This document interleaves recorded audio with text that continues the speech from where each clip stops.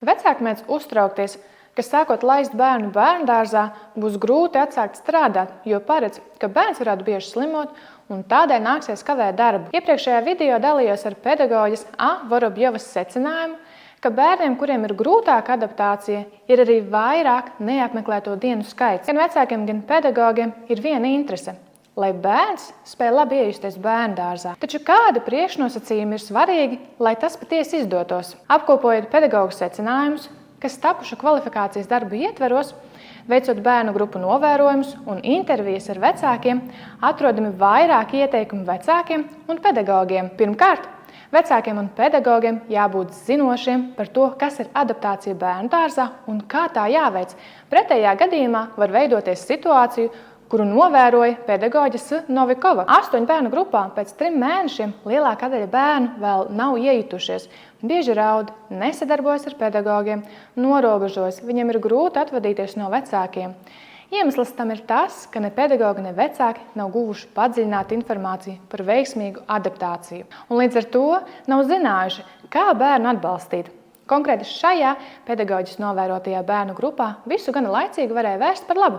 Pēc izglītojušas nodarbības un ieteikumu ieviešanas 2 mēnešus vēlāk lielākā daļa bērnu bija adaptējušies bērndārzam.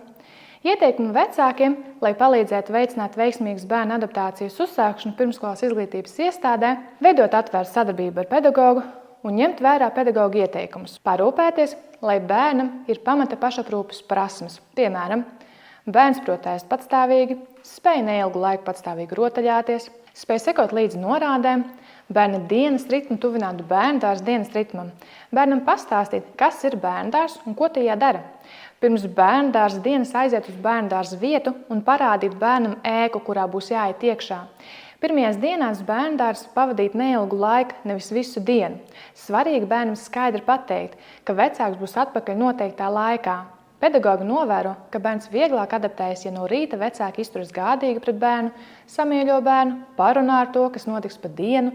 Ja rīta rituāls ir steidzīgs un stresains, tad bērnam ir grūtāk iejusties un atvērties, lai piedalītos grupu darbā. Lai bērns veiksmīgi iejustos bērndārzā, svarīgi, ka vecāki sagatavo bērnu un kādas ir bērnu rakstura iezīmes. Ja vēlaties padziļinātāk uzzināt, kā veiksmīgi sagatavot bērnu bērndārzam, aicinu noklausīties nodarbību Kā sagatavot bērnu bērndārzam? Nodarbības saite ir zem profila. Neapšaubām milzīgu lomu spēlē arī pedagogu prasmes veidot adaptāciju atbilstošu vidi. Tādēļ nākamajā video dalīšos ar pedagogu sagatavotajiem ieteikumiem. Saglabā un dalies, lai ik viens ir izglītots.